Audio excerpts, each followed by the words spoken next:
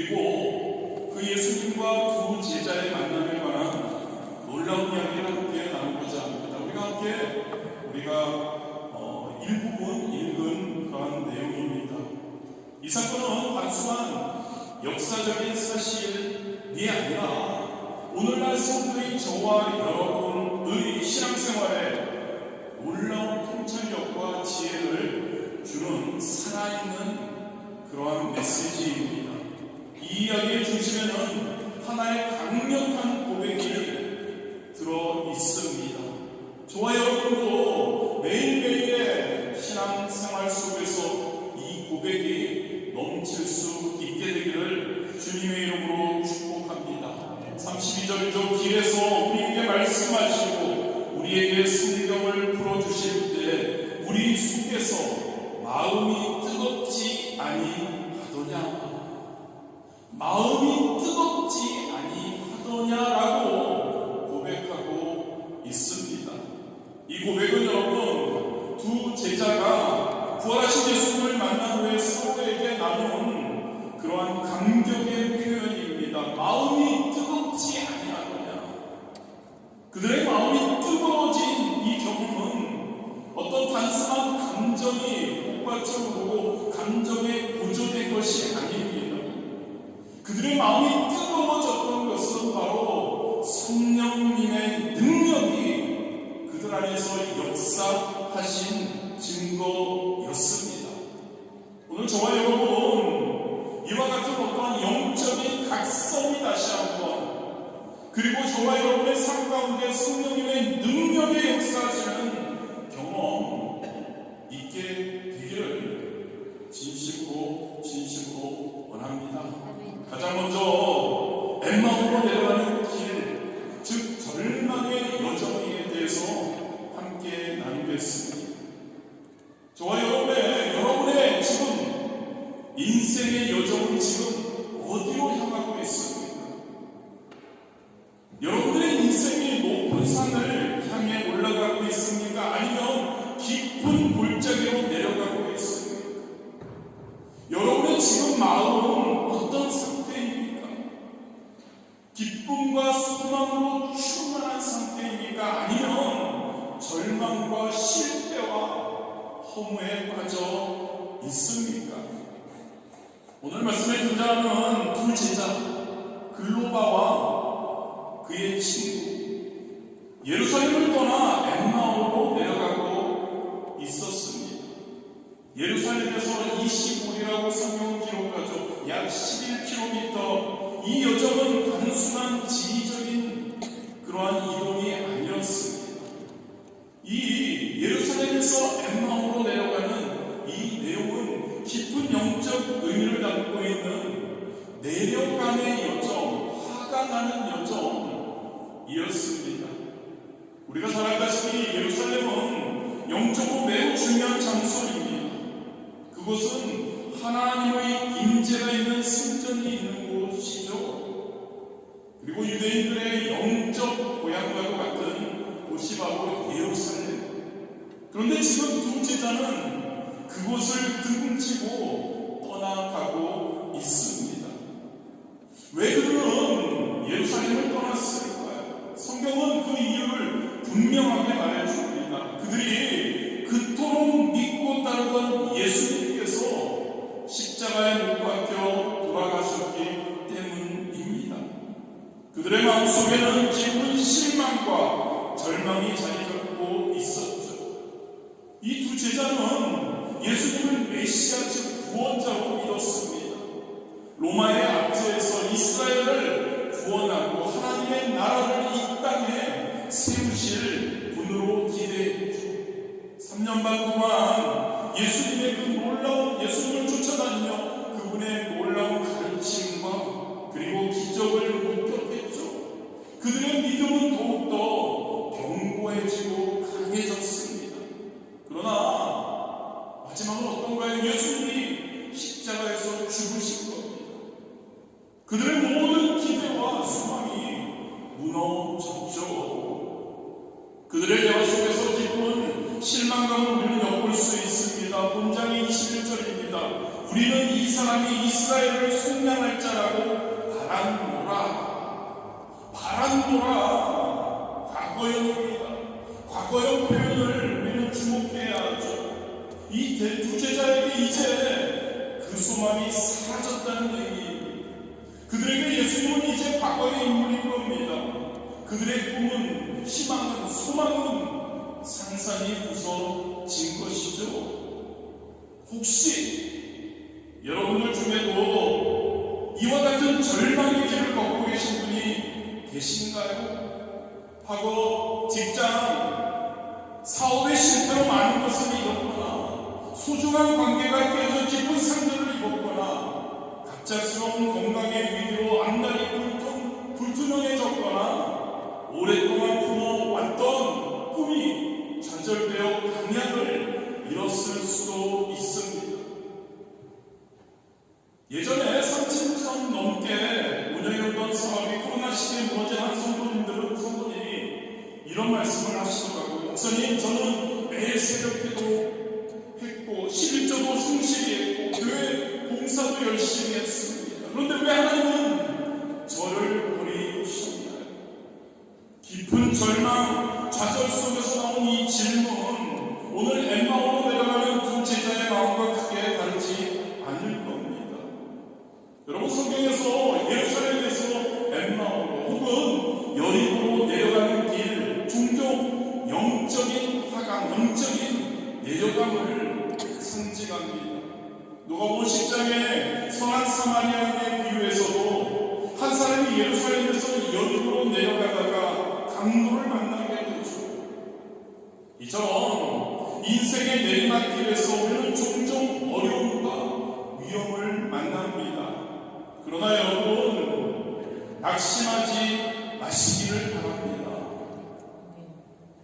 작가인 스티브 도나후 사막을 건너는 6가지 방법이라는 책에서 중요한 교훈을 우리에게 줍니다. 사막을 건널 때는 지도가 필요 없다고 합니다. 사막을 건널 때는 나침판을 보라고 이야기를 하죠. 사방이 황량한 오래 굽는 사막에서 지도는 별 도움이 되지 않는다는 거죠. 그러나 나침판은 방향을 알려줍니다. 저와 여러분 인생도 마찬가지입니다. 때로는 사방이 절망으로 가득 찬 사막과 같을 때가 있습니다. 그때 저와 여러분에게 필요한 것은 지도가 아니고 오로지 나침판입니다. 그리고 그 나침판은 바로 예수 그리스도인 줄 믿으시기를 바랍니다. 사방이 다 막혀 있어도 하늘은 열려 있다는 것을 우리가 기억하기를 원합니다. 하늘에 누가 계시죠? 하나님이 계시고 하나님이 우리를 보고 계시고 우리는 그 하나님만을 바라봐야 할 줄 믿습니다. 두 번째로 함께 동행하시는 예수님, 보이지 않는 인재함입니다. 절망 속에서 엠마오로 내려가던 두 제자에게 놀라운 일이 일어납니다. 온장이 15절이죠. 그들이 서로 이야기하며 문의할 때 예수께서 가까이 이르러 그들과 동행하시니. 여러분, 한번 생각해 보시기 바랍니다. 십자가에서 돌아가신 예수님이 살아나셔서 그 두 제자 곁에 동행하고 계셨던 거죠. 그런데 여러분, 더 놀라운 사실이 무엇인지 아십니까?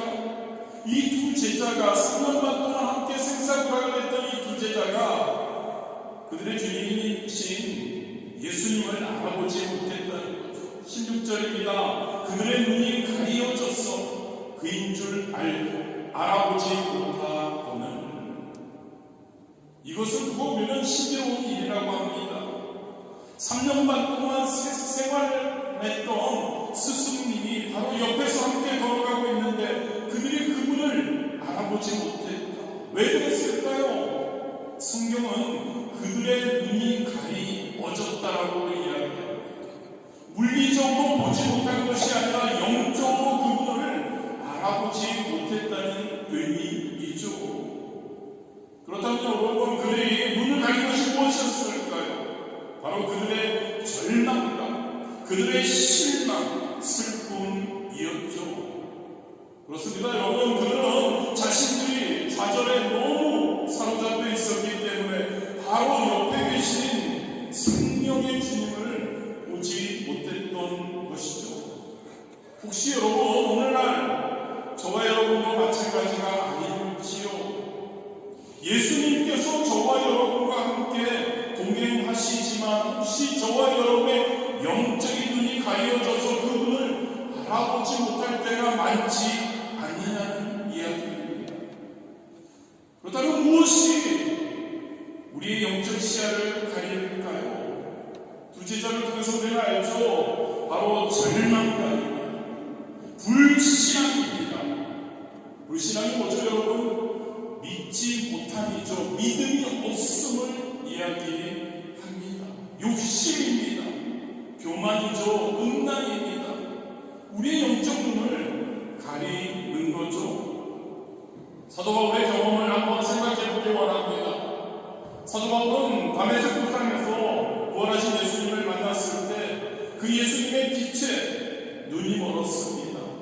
아나니아가 와서 그의 머리에 손을 얹고 기도했을 때 사도 바울의 눈에서 비늘 같은 것이 벗어져 다시 보게 되었다라고 성경은 사도행전 9장 18절에 기록하고 있죠. 그때 비로소 그는 영적인 눈을 뜨고 예수님을 볼 수 있었습니다. 열왕기하 1장에 보면 엘리사와 그의 사환의 이야기가 나오죠. 아람 군대가 도단성을 에워쌌을 때 엘리사의 사환은 두려움에 사로잡혔습니다. 그는 오직 적군만 보였습니다. 그러나 엘리사가 기도했을 때 야훼께서 그 청년의 눈을 여시되 그가 보니 불말과 불경거가 산에 가득하여 엘리사를 불렀더라라고 기록하고 있죠. 하나님의 군대가 그들을 보호했고 엘리사가 그 청년 사원을 위해서 기도했을 때 그 영적인 눈이 열려서 그것을 보게 되었다는 내용이죠. 17절에 보면 두 제자가 예수님에게 질문합니다. 예수님께서 질문하시죠. 두 제자에게 17절입니다. 너희가 길 가면서 서로 주고받고 있는 이야기가 무엇이냐? 절망 가운데서 예루살렘에서 엠마오로 지금 터벅터벅 내려가고 있는 그들에게 예수님께서 오셔서 그들과 동행하며 그들에게 질문하는 거죠. 그들의 대화에 관심을 보이시는 그들의 이야기를 들으시고 계신 예수님은 저와 여러분과 멀리 있지 않습니다. 예수님은 항상 저와 여러분과 동행하심을 믿으시기를 바랍니다. 예수님은 우리의 대화를 항상 듣고 계시다는 거죠. 우리에게 관심이 많으시죠.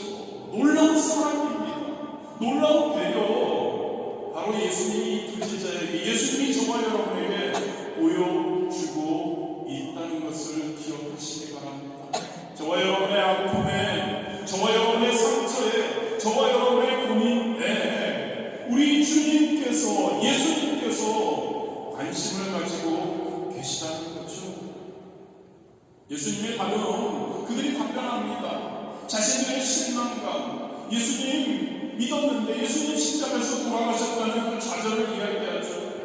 그때 예수님의 반응은 25절과 26절에 보면 그들을 책망하셨다고 기록하고 있습니다. 미련하고 선지자들의 말한 모든 것을 마음에 거기에 있는 자들아, 그리스도가 이런 고난을 받고 자기의 영광에 들어가야 할 것이 아니냐 하시고, 그들이 성경을 읽었습니다. 두 제자가요. 그런데 성경을 읽고 알고는 있었지만 그럼에도 불구하고 그것을 제대로 이해하지 못했다고 책망하고 있는 것이죠. 그리고 예수님은 놀라운 성경의 강의를 27절에 보면 시작하십니다. 모세와 모든 선지자의 글로 시작하여 모든 성경에 쓴 바 자기에 관한 것, 예수님에 관한 것입니다. 자세히 설명하시니라.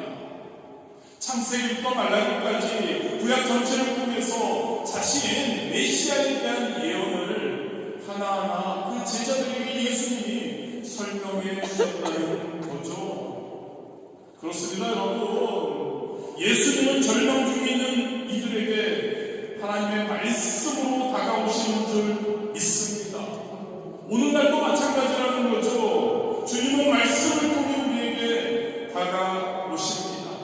마태복음 11장 28절 말씀을 우리는 항상 기억하기 원합니다. 수고하고 무거운 짐진 자들아 다 내게 오라 내가 너희를 쉬게 하리라. 우리 주님이 우리에게 약속하시는 겁니다. 말씀으로 우리에게 다가오셔서 우리를 쉬게 하신다고요. 저와 여러분 그 주님의 약속을 붙들 수 있게 되기를 주님의 이름으로 축복합니다. 세 번째로 그 예수님 성령님을 주십니다. 그리고 이 두 제자 마음의 뜨거워짐을 가지게 되죠. 저녁이 되었습니다. 그들이 엠마오에 도착합니다. 그때 예수님은 더 가려하셨다라고 기록하고 있습니다. 그러나 두 제자는 간절히 그를 붙들며 29절에 우리와 함께 유하사이다. 때가 저물어가고 날이 기울어나이다라고 강권적으로 예수님께 말씀합니다. 이 내용은 그들의 마음이 변화되기 시작했음을 우리에게 보여줍니다. 아직도 예수님인지 알지 못했습니다. 그러나 지금 함께 동행하는 분이 분명히 그 말씀이 깊은 감동과 깨달음을 그들에게 주었다는 것이죠. 그리고 중요한 장면이 펼쳐지죠. 30절과 31절입니다. 그들과 함께 음식 잡수실 때 떡을 가지사 축사하시고 떼어 그들에게 주시니 그들의 눈이 밝아져 그인 줄 알아보더니. 마지막 만찬을 우리는 연상시키는 거죠. 예수님께서 떡을 떼어서 주시는 그 순간 비로소 그들의 영적 눈이 열린 것입니다. 그런데 여러분 놀랍게도 그들이 예수님을 알아보는 순간 예수님은 그들에게서 사라지셨죠. 31절이죠. 예수는 그들에게 보이지 아니하시는지라. 무슨 의미일까요 여러분? 이제 그 두 제자들에게 예수님이 육체적으로 함께하지 않으시지만 성령님을 통해 영적으로 그들과 함께 하신다는 의미인 겁니다. 그리고 오늘 서론에서 우리가 함께 나누었던 것처럼 그들이 고백입니다. 길에서 우리에게 말씀하시고 우리에게 성경을 풀어주실 때 우리 속에서 마음이 뜨겁지 아니하더냐. 할렐루야. 이게 바로 여러분 성령님의 역사입니다. 성령님은 말씀과 함께 일하십니다. 성령님은 말씀이 선포될 때 우리의 마음을 뜨겁게 하심을 믿으시기를 바랍니다. 사도행전 10장에도 비슷한 장면이 펼쳐지죠. 베드로가 로마의 백부장 고넬료의 집에서 하나님의 말씀을 전할 때 사도행전 10장 44절에 이렇게 기록하죠. 성령이 말씀 듣는 모든 사람에게 내려왔다. 성령님은 하나님의 말씀을 통해 역사하시는 줄 믿으시기를 바랍니다. 말씀이 우리 안에 들어올 때 성령님은 그 말씀을 살아있게 하시고 우리의 마음을 변화시키십니다. 성령님이 우리의 마음을 역사하셔서 우리의 마음을 뜨겁게 하게 되면 어떻게 될까요? 우리가요? 기도할 때 우리는 지치지 않게 됩니다. 하나님의 말씀을 읽을 때 시간 가는 줄 모르게 됩니다. 하나님의 복음을 전할 때, 전도할 때 우리는 담대함으로 나아갈 수 있습니다. 하나님을 위해, 교회를 위해 봉사할 때, 우리 주변 이웃들을 위해 봉사할 때 기쁨이 넘치게 되는 겁니다. 성령의 충만함이 있을 때 여러분 우리의 마음이 변화되는 거죠. 성령의 불이 임하면 모든 것이 달라져야 합니다. 할렐루야. 반대로 저와 여러분이 하나님께 기도할 때 기도 많이 했다고 생각했는데 눈 떠보면 2분이 지나 있다. 또 기도했는데 이번에는 더 짧게 3분만 지나 있다. 하나님의 말씀을 열심히 우리가 공동체 성경 읽기와 등등 열심히 듣고 읽고 있는데 그게 지겹다. 하나님의 복음을 전해야 한다는 걸 알기 때문에 복음 전하려고 하는데 저 사람이 나한테 어떻게 반응할까 두렵다. 하나님을 위해, 이웃을 위해, 그들을 섬기려고 할 때, 교회를 위해, 교회 와서 봉사할 때 그것이 지겹다. 기쁘기커녕 짜증만 난다. 그러면 여러분 성령님의 역사가 우리 안에 없는 거라고 할 수 있겠죠? 성령이 우리의 마음을 뜨겁게 하는 것이 아니라 성령님이 소멸되었다고 할 수 있습니다. 여러분 요한복음 20장에서 부활하신 예수님이 제자들에게 나타나셔서 하신 첫 말씀이 무엇이죠?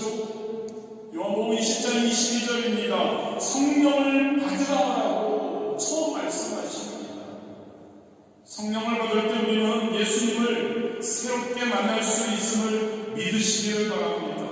성령님으로 충만할 때, 성령의 불이 임할 때 우리에게 확신이 생깁니다. 확신이 무엇이죠? 믿음입니다. 믿음이 더 강해지는 겁니다. 흔들리지 않는 믿음인 겁니다. 세상에 풍파가 오고 세상에 많은 사람들이 이말저말 하고 세상은 이렇게 말해도 흔들리지 않는 겁니다. 믿음입니다. 믿음은 성령 충만할 때 굳세게 세워진다는 것을 믿으시기를 바랍니다. 그리고 성령 충만할 때 우리에게 기쁨을 주시죠. 사도행전 1장 8절입니다. 예수님께서 우리에게 주신 지상 명령이죠. 오직 성령이 너에게 임하시면 너희가 권능을 받고, 성령이 너에게 임하면 권능을 받고 예루살렘과 유대와 사마리아와 땅 끝까지 이르러 내 증인이 되리라. 성령 충만하게 되면 우리에게 권능을 주셔서 복음을 전하게 하신다는 거죠. 오순절날 제자들이 한 곳에 모여 기도하고 있을 때 성령님이 불같이 임하셨죠. 그 결과가 어떻습니까? 베드로의 설교를 통해서 3,000명이 회개하고 예수 그리스도를 영접했던 역사가 일어납니다. 성령의 능력입니다. 저와 여러분 성령의 능력을 받을 수 있게 되기를 주님의 이름으로 축복합니다. 네 번째이죠. 여러분 성령 충만함을 그 예수님의 말씀과 그 구별을 듣고 그들의 마음이 하나님의 말씀으로 뜨거워졌다. 성령의 역사가 그들에게 임했다. 성령의 충만함이 있었다. 그 제자들에게 놀라운 변화가 일어납니다. 그들은 즉시 33장 3절에 보면 곧 그때로 일어나 예루살렘에 돌아가 보니 즉시 그들은 예루살렘으로 돌아갔습니다. 여러분 얼마나 놀라운 변화인지 아십니까? 예루살렘에서 엠마오까지 25km, 약 11km 그들은 걸어왔습니다. 하루 종일. 저녁이 되었습니다. 날이 저물었습니다. 정상적인 상황이고 정상적이었다라면 그들은 엠마오에서 하룻밤을 자고 다음날 아침에 출발했을 겁니다. 그러나 그들은 어떻게 했다고요? 곧 그때로 일어나 마음이 뜨거워졌다고요. 예수님이 함께했던 예수님이 우리에게 나에게 말씀해 주셨고 내 마음이 뜨거워지고 성령의 역사가 불같이 일어나니까 예수님은 없어지셨고 밤은 늦었고 자야하지만 아니었던 거죠. 그들은 예루살렘으로 곧 그때로 일어나 돌아갑니다. 밤길을 걸어서 또다시 11km를 돌아간 거죠. 왜 그랬을까요, 여러분? 그들은 부활하신 예수님을 만났다는 기쁜 소식을 다른 제자들에게 전해주기 위해 서둘러서 돌아갔던 것이죠. 일반적으로는 그렇게 할 필요 없고 그렇게 안 합니다. 그런데 그들에게 성령의 역사하심을 통해 영적인 다시 한번 각성이 일어났던 거죠. 그들의 엠마오 내려올 때는 어땠다고요, 여러분? 그들은 절망 가운데 있었어요. 상황 속에 머물지 않았습니다. 왜요? 예수님을 만났기 때문이죠. 그들의 발걸음은 이제 엠마오가 아니라 내려가는 길이 아니라 다시 예루살렘을 향해서 다시 올라가는 겁니다. 위를 향해서 달려가는 거죠. 그들의 마음이 어땠습니까? 슬픔과 절망과 후회와 그런 것들로 가득 차 있던 그들의 마음이 이제 그들의 마음이 기쁨과 소망과 부활하신 예수님에 대한 성령의 놀라운 역사와 능력이 그들의 마음을 가득 채웠던 것이죠. 부활의 십자가에서 죽으신 예수님이 부활하셨다는 것에 확신이 믿음이 부활의 증인이 되었다는 이야기입니다. 놀랍게도 그들이 예루살렘에 도착했을 때 다른 제자들도 이미 부활하신 주님을 만난 경험을 나누고 있었죠. 33절 하반절입니다. 11제자들이 그들과 함께 자리에 모여있어 말하기를 주께서 과연 살아가시고 시몬에게 보이셨다. 거기에 이들은 34절에 보면 자신들의 그 엠마오로 내려갈 때 예수님이 찾아오셔서 나와 함께 동행해 주셨고 예수님이 살아가셨음을 성경 말씀을 통해 우리에게 알려주셨고 우리의 마음이 뜨거워졌다는 것을 그들은 경험을 그들과 공유하게 되죠. 길에서 된 일과 예수께서 떡을 대심으로 자기들에게 알려주신 것을 말하더라. 이렇게 여러분 부활의 소식은 예수님의 부활의 소식은 제자들 사이에 퍼져 나갔죠. 그리고 그들은 모두 부활의 증인이 되었습니다. 그들은 여러분 더 이상 예수님 주님으로 생각했고 구원자로 생각했던 메시아로 생각했던 예수님이 십자가에 못 박혀 돌아가셨음에도 불구하고 그들은 더 이상 두려움과 절망에 사로잡혀 있지 않게 되었죠. 왜요? 그들은 예수님 부활하신 예수님을 다시 만났기 때문입니다. 그들은 이제 담대하게 부활의 복음을 전하는 사명자들이 되었습니다. 결론입니다, 여러분. 뜨거운 마음을 가진 성도가 되었으면 좋겠습니다. 성령 충만으로 살아가는 그리스도인이 저와 여러분 되었으면 좋겠습니다. 이 두 제자의 이야기를 통해 우리는 몇 가지 교훈을 배우게 되죠. 저와 여러분의 인생에 때로가 아니죠. 많은 경우 아주 많은 상황 가운데 절망의 순간이 있습니다. 그게 인생입니다. 얼굴을 보니까 저만 그렇게 맨날 절망 가운데 있는지 모르겠는데 그런데 여러분 예수님 우리가 확실하게 믿어야 할 것은 예수님께서 언제나 우리와 함께 동행하고 계심을 믿으시기를 바랍니다. 중요한 것은 저와 여러분의 영적인 눈이 열려야 한다는 것. 그때 우리는 그분이 우리와 항상 함께 하시는 그분을 알아볼 수 있는 거죠. 여러분의 마음이 지금 어떠십니까? 여러분의 신앙생활이 어떠십니까? 우리 아까 집사님이 기도하실 때 우리가 혹시 형식적이고 의무적으로 신앙생활을 하고 있지는 않으십니까? 기도가 메말라 있고 예배 감동이 없고 말씀 읽기가 지루하게 느껴지지는 않습니까? 그렇다면 여러분 지금 이 순간에 성령의 불이 여러분의 마음에 임하기를 주님의 이름으로 축복합니다. 할렐루야. 아주 뜨거워지자고요. 마음이 뜨거워져야죠.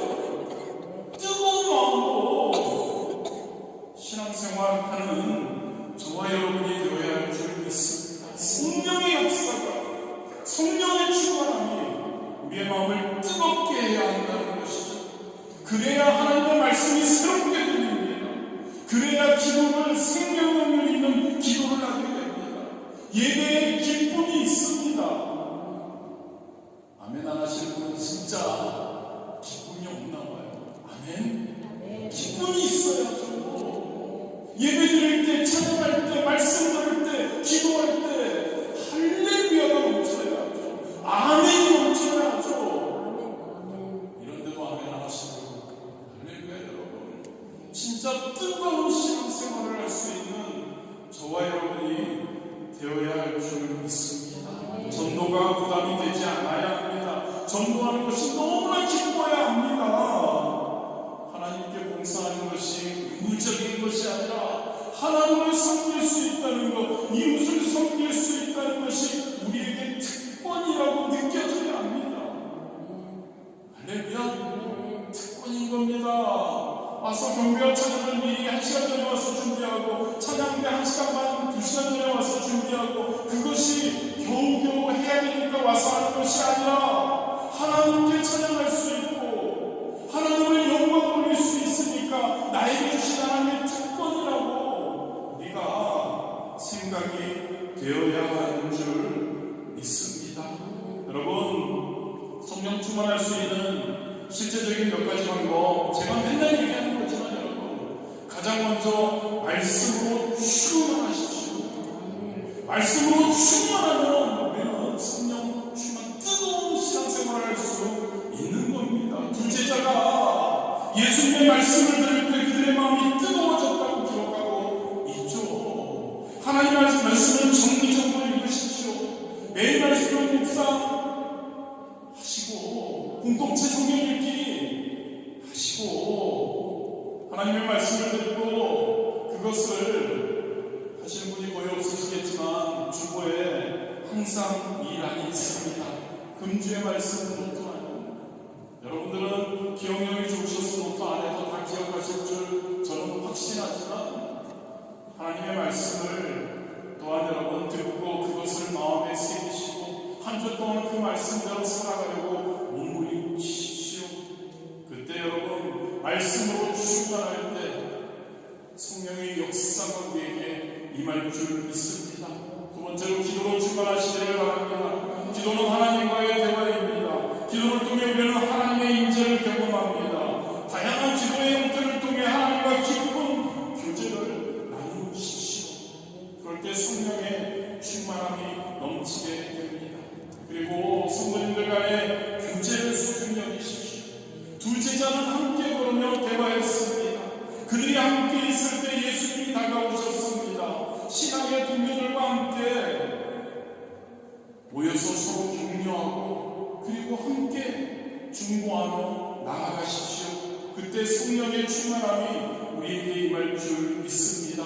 네 번째로 순종하시기를 바랍니다. 두 제자는 예수님을 알아본 후에 즉시 예루살렘으로 돌아갑니다. 하나님의 말씀을 알았다. 하나님의 말씀을 깨달았다. 그렇다면 순종하십시오. 아멘. 순종하시고 행동으로 옮길 때 성령의 역사가 일어납니다. 마지막으로 증인이 되시기를 바랍니다. 두 제자는 부활의 증인이 되었습니다. 여러분도 여러분의 삶 속에서 경험한 하나님의 은혜와 사랑을 다른 사람들에게 나누시고 그들에게 증인이 되시고 할렐루야. 그런데 여러분 그거 나누기 위해서는 우리의 삶이 어느 정도 뒷받침이 돼야 합니다. 우리의 삶이 제대로 안 돼 있을 때 하나님의 복음을 전할 때 그것을 듣는 사람들의 반응은 굉장히 점점점일 겁니다. 우리의 삶이 하나님 앞에서 하나님을 기쁘시게 하는 삶을 살려고 몸부림치는 모습을 그들이 하나님의 복음을 들을 때, 볼 때 그들에게 놀라운 역사가 일어날 줄 믿습니다. 여러분, 예수님께서는 지금도 우리가 어떤 상황 가운데 있든지 우리를 찾아오십니다. 절망의 순간에도 좌절의 순간에도 주님은 항상 기억하십시오. 그 주님은 우리를 사랑하시는 주님은 우리의 아버지가 되시는 하나님은 전능하신 하나님은 우리와 함께 하시는 줄 믿으시기를 바랍니다. 성령님은 우리를 도와주십니다. 그 성령님과 동행하는 삶을 사시기를, 복된 삶을 사시기를 주님의 이름으로 축복합니다. 길에서 우리에게 말씀 우리에게 성경을 풀어주실 때 우리 속에서 마음이 뜨겁지 아니하더냐. 항상 기억하십시오. 마음이 뜨겁지 아니하더냐. 이 고백이 저와 여러분의 고백이 매 순간의 고백이